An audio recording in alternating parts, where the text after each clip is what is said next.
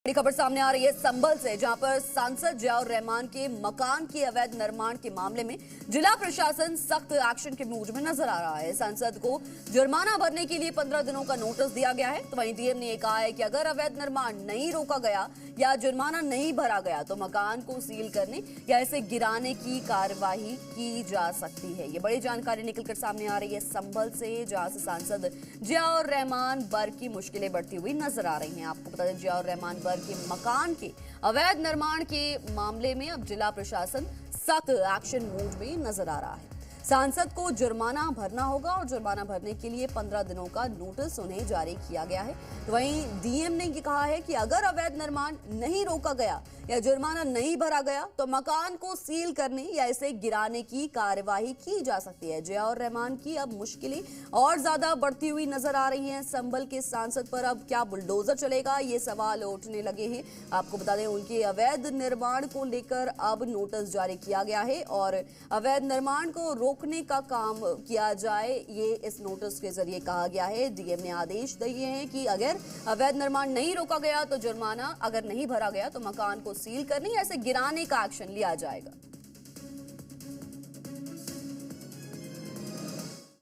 Sir, Sapa सांसद को notice दिया गया है कि विनियमित क्षेत्र के नियमों का उल्लंघन कर वो मकान का अवैध निर्माण कर रहे हैं। सर, क्या उन पर कार्रवाई संभावित है और क्या नोटिस दिया? जो विनियमित क्षेत्र होता है या डेवलपमेंट अथॉरिटी होती है, उसमें कोई भी आप निर्माण कराते हैं तो उससे पहले परमिशन आवश्यक होती है। तो ऐसा नहीं है कि किसी एक विशेष व्यक्ति को दिया गया है, हमने वहाँ बहुत से नोटिस जारी किए हैं, तो उसी के क्रम में इनके पास भी नोटिस दिया है। सर, इस नोटिस में क्या क्या कार्रवाई की जाएगी? इसमें दो प्रोविज़न होते हैं। एक तो अर्थदंड का प्रावधान होता है यदि आपने उस कार्य को नहीं रोका है, और यदि अर्थदंड आपके द्वारा नहीं भरा जाता है तो उसके बाद सील करने की या ध्वस्तीकरण की भी कार्रवाई होती है। हिंसा के बाद संभल में शांति के लिए जिला प्रशासन की ताबड़तोड़ कार्रवाई लगातार जारी है। एक और लाउड स्पीकर का शोर को लेकर प्रशासन ने सख्त निर्देश दिए हैं। तो वहीं अवैध अतिक्रमण पर बुलडोजर भी एक्शन में है। आपको बता दें, इस पर सांसद बर्क भड़क गए हैं। संभल में फिलहाल क्या चल रहा है, देखिए इस रिपोर्ट। कैसे लोगों ने मान लिया कि ऐसा करेंगे तो रुक जाएगा, वोट का हम भी चाहें तो नहीं रोक सकते भाई, वोट का ऐसे तो जामा मस्जिद में सर्वे को लेकर संभल में हुई हिंसा के 18 दिन बीत चुके हैं। शहर धीरे धीरे पटरी पर लौट रहा है, लेकिन प्रशासन किसी भी तरह की रियायत के मूड में नहीं है।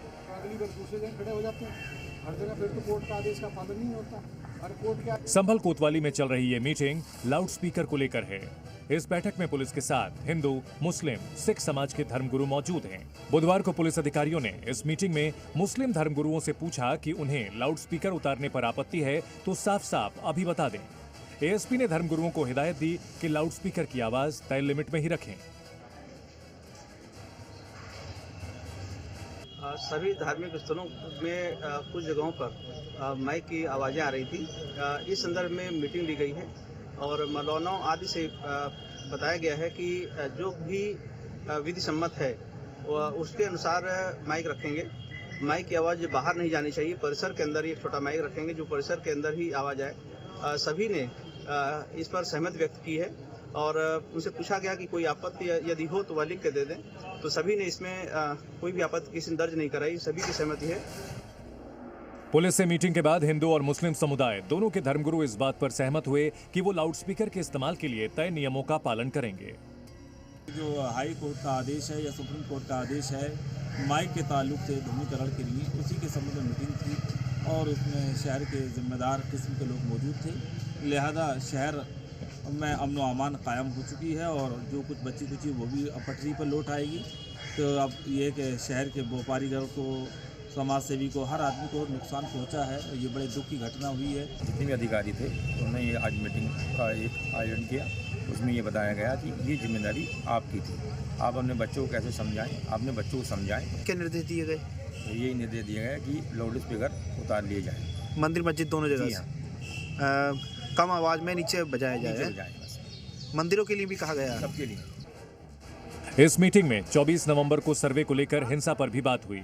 संभल के सीओ अनुज चौधरी ने मुस्लिम धर्मगुरुओं से कहा कि उन्होंने सारी जानकारी होने के बावजूद अपनी जिम्मेदारी नहीं निभाई। गए पहले रुकवाने के लिए उसको, जब हाई कोर्ट चले गए क्यों नहीं गए तुम्हारी कमेटी? भाई एक्स पार्टी आदेश था, आप कोर्ट में चैलेंज करके उसको जाते ही कि भाई हमें छोड़ा जाए, क्यों नहीं? वो 2020 देखना चाह रहे थे। तो जवाब है कुछ इसका? भाई 19 तारीख को आदेश आया, 19 से 29 तारीख लगी है, उस बीच में संभल हिंसा के आरोपियों की तलाश में बुधवार को समाजवादी पार्टी सांसद जियाउर रहमान बर्ग के इलाके में अतिक्रमण पर बुलडोजर गरजा। थाना नखासा के दीपासराय इलाके में दरअसल बिजली विभाग को सांसद के मोहल्ले में बिजली चोरी की शिकायत मिली थी।